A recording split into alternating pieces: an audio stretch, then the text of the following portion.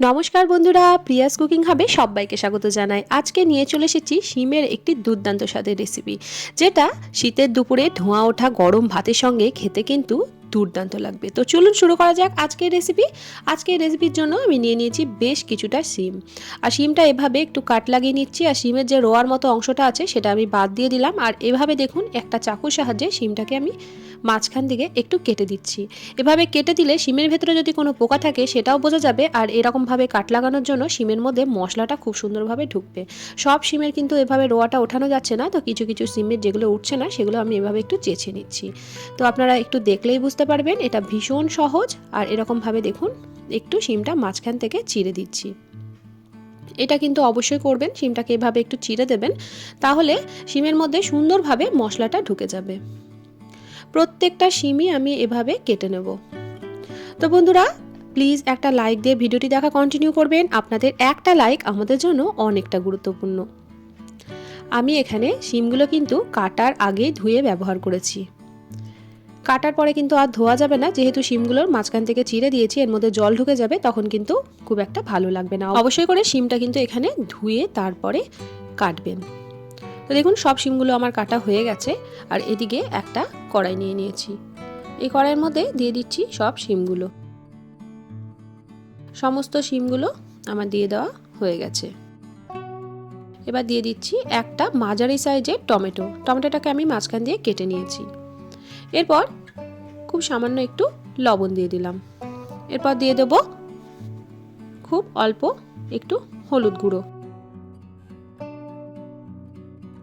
এরপর দেব খুব সামান্য কাশ্মীরি লঙ্কার গুঁড়ো।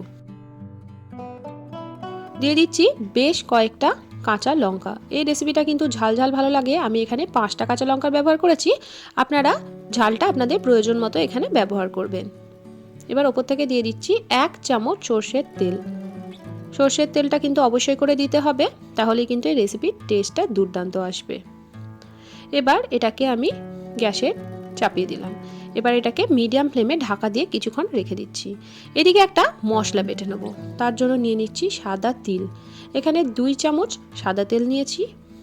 নিয়ে নিলাম 1 চামচ কালো সর্ষে, আর সাদা সর্ষে নিয়ে নিচ্ছি 1.5 চামচ। আপনারা এখানে পোস্তরও ব্যবহার করতে পারেন। আমি খুব সামান্য একটু লবণ দিয়ে এটাকে বেটে নেব। তো খুব অল্প একটু জল দিয়ে আমি এটাকে শিলের মধ্যে বেটে নিচ্ছি। আপনারা চাইলে কিন্তু এটা মিক্সিতেও বেটে নিতে পারেন। আপনারা তিলের পরিবর্তে পোস্তও দিতে পারেন, আবার তিল পোস্ত দুটো একসঙ্গেও দিতে পারেন। আবার আমার মতো শুধু তিল দিয়ে আর সর্ষে দিয়েও কিন্তু বানাতে পারেন। খেতে কিন্তু দুর্দান্ত লাগে। একবার হলেও এই রেসিপিটা ট্রাই করে দেখতে পারেন। একদম মসৃণ করে এই মশলাটাকে বেটে নিতে হবে। তো এদিকে আমার মশলাটা একদম মসৃণ করে বাটা হয়ে গেছে। এবার মশলাটাকে আমরা তুলে নেব একটা পাত্রের মধ্যে।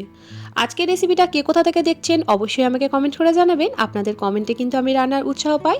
তো বন্ধুরা, এখানে প্রায় 3-4 মিনিট মতো হয়ে গেছে। ঢাকনাটা এবার খুলে দিলাম।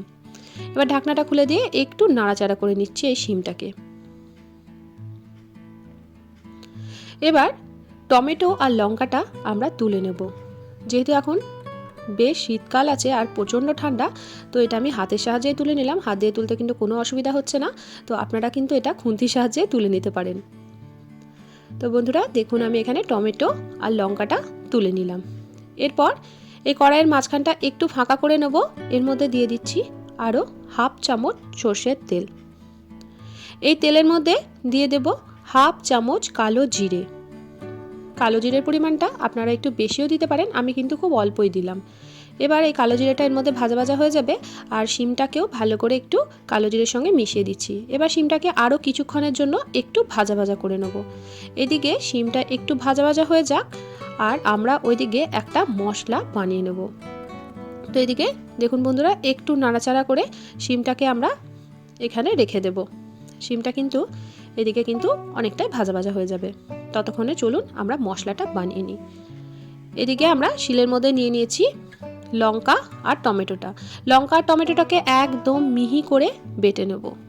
আপনারা কিন্তু এই কাজটা মিক্সিতেও করে নিতে পারেন, তবে আমি এটা শিলেই বেটে নেব। শিলে বাটা মশলাই আমার কিন্তু ভীষণ ভালো লাগে, তো তার জন্য আমি এটা শিলেই বেটে নিচ্ছি। আপনারা চাইলে কিন্তু আমরা যে তিল সর্ষে বেটেছিলাম সেই তিল সর্ষে টমেটো লঙ্কা একসঙ্গেও বেটে নিতে পারেন। তো বন্ধুরা, আজকে যারা প্রথমবার আমার চ্যানেলটিতে এসেছেন, আমার রেসিপি সামান্য হলেও ভালো লেগে থাকলে আমার চ্যানেলটিকে সাবস্ক্রাইব করে পাশে থাকার অনুরোধ রইল। পাশে থাকা বেল বাটনটিকে প্রেস করে অল নোটিফিকেশনটা অন করে রাখবেন, যাতে নিত্য নতুন কোনো রেসিপি দিলে সবার আগে আপনাদের কাছে নোটিফিকেশন পৌঁছে যায়। তো দেখুন, কথা বলতে বলতে আমার এদিকে মশলাটা বাটা হয়ে গেছে। এবার মশলাটাকে একটা পাত্রে তুলে নিলাম, আর এদিকে শিমটাও আমাদের সুন্দরভাবে ভাজা ভাজা হয়ে গেছে। এবার এই শিমটাকে আমরা একটা পাত্রে তুলে নেব। এই রেসিপিটা ভীষণ সহজ বানানো, আর খেতে কিন্তু দুর্দান্ত লাগবে। একবার হলেও কিন্তু আপনারা এটা বানিয়ে দেখবেন। তো এই শিমটাকে আমরা একটা পাত্রের মধ্যে তুলে নিলাম। এরপর যে আমরা সর্ষে আর তিল বেটে রেখেছিলাম সেটা এর মধ্যে দিয়ে দিলাম। এরপর দিয়ে দেব টমেটো আর লঙ্কা বাটাটা। এরপর দিয়ে দিচ্ছি কিছুটা কাশ্মীরি লঙ্কার গুঁড়ো। এটা সম্পূর্ণ অপশনাল, এটা আমি কালারের জন্য দিলাম, আপনারা না চাইলে কিন্তু নাও দিতে পারেন। দিয়ে দিচ্ছি কিছুটা হলুদ গুঁড়ো। এরপর দেব স্বাদ অনুযায়ী লবণ। লবণটা কিন্তু এখানে বুঝে ব্যবহার করবেন, আমরা কিন্তু আগেই লবণ একটু ব্যবহার করেছি, তো লবণ একটু সামান্যই দিলাম। দিয়ে দিচ্ছি সামান্য একটু চিনি। চিনিটা অবশ্যই করে দেওয়ার চেষ্টা করবেন, এতে কিন্তু টেস্টের ব্যালেন্স হয়। এবার সব উপকরণগুলো খুব ভালোভাবে একটু মেখে নিচ্ছি। এই মাখার কাজটা আমি হাতের সাহায্যে মেখে নিচ্ছি। হাতের সাহায্যে কিন্তু মাখলে মাখাটা বেশি ভালো হয়। আপনারা চাইলে কিন্তু চামচের সাহায্যেও মেখে নিতে পারেন। তো খুব ভালোভাবে মশলাটা শিমের মধ্যে মাখিয়ে দিতে হবে। এবার এটাকে প্রায় 10 মিনিট মতো রেস্টে রেখে দিতে হবে। অবশ্যই করে কিন্তু রেস্টে রেখে দেবেন। হাতে খুব কম সময় থাকলে অন্ততপক্ষে 5 মিনিটও রেস্টে রাখার চেষ্টা করবেন। তো এবার 10 মিনিট হয়ে গেছে, একটা টিফিন কৌটো নিয়ে চলে এসেছি। তো এই টিফিন কৌটোটার মধ্যেই আমরা এই শিমগুলোকে এবার ট্রান্সফার করে দেবো। তো সম্পূর্ণ মশলা মাখানো শিমটা এই টিফিন কৌটোর মধ্যে দিয়ে দিচ্ছি। তো বন্ধুরা দেখুন, এখানে সম্পূর্ণ শিমটা আমাদের দেওয়া হয়ে গেছে। এবার যে বাটির মধ্যে আমরা শিমটা মেখে রেখেছিলাম সেই বাটি ধোয়া সামান্য একটু জল এখানে দিয়ে দেব। খুব বেশি না, ওই হাফ কাপ মতো, ছোটো কাপের হাফ কাপ মতো জল এখানে আমি দিয়ে দিলাম। এবার এর মধ্যে দিয়ে দিচ্ছি সর্ষের তেল। এখানে 1 চামচ সর্ষের তেল আমি দিয়ে দিলাম। অবশ্যই করে কিন্তু সর্ষের তেলটা দেওয়ার চেষ্টা করবেন। এখানে চাইলে আপনারা চেরা কাঁচা লঙ্কাও দিতে পারেন, তবে আমি কিন্তু অনেকগুলো কাঁচা লঙ্কা বেটে ব্যবহার করেছি, তাই অনেকটাই ঝাল আছে, তো তার জন্য আর চেরা কাঁচা লঙ্কা দিলাম না। তো আপনারা কিন্তু কাঁচা লঙ্কা চিড়েও কিন্তু এখানে দিয়ে দিতে পারেন। তো খুব ভালোভাবে এটা মিশিয়ে দিলাম। এবার ঢাকনাটা বন্ধ করে দিয়ে এটাকে ভাপে বসিয়ে দেবো। আগে থেকেই কড়াই কিছুটা জল গরম করতে দিয়ে দিয়েছিলাম, আর এর উপরে একটা স্ট্যান্ড দিয়ে দিয়েছিলাম। এবার কৌটোটাকে আমরা বসিয়ে দিলাম। গ্যাসের ফ্লেমটা মিডিয়ামে রেখে এটাকে প্রায় 10 মিনিট মতো ভাপিয়ে নিতে হবে। ঢাকনাটা বন্ধ করে দিলাম।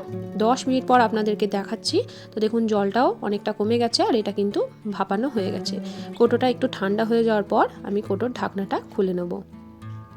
তো আপনাদেরকে ঢাকনাটা খুলে দেখাচ্ছি। দেখুন কতটা লোভনীয় হয়েছে দেখতে। দেখতে যতটা লোভনীয় হয়েছে, খেতেও কিন্তু হয়েছিল দুর্দান্ত। এই সময় আপনারা একটু এর মধ্যে ধনেপাতা কুচিও ছড়িয়ে দিতে পারেন। আমি কিন্তু আর ধনেপাতা কুচি দিলাম না। তো এবার এটা সম্পূর্ণ রেডি গরম গরম ভাতের সাথে খাওয়ার জন্য। তো বন্ধুরা, আজকের রেসিপিটা কেমন লাগলো অবশ্যই আমাকে কমেন্ট করে জানাবেন। ভালো লাগলেও জানাবেন, খারাপ লাগলেও কিন্তু অবশ্যই জানাবেন। আমার চ্যানেলে নতুন বন্ধু হয়ে থাকলে চ্যানেলটিকে সাবস্ক্রাইব করে পাশে থাকার অনুরোধ রইল। আর রেসিপি ভালো লাগলে প্রিয়জনদের সঙ্গে শেয়ার করতে কিন্তু ভুলবেন না বন্ধুরা। আজকের মতো আসি, দেখা হবে অন্যদিন অন্য একটা রেসিপির সাথে। সবাই ভালো থাকবেন, সুস্থ থাকবেন, সাবধানে থাকবেন। রেসিপিটি এতক্ষণ পর্যন্ত দেখার জন্য সকলকে অসংখ্য ধন্যবাদ।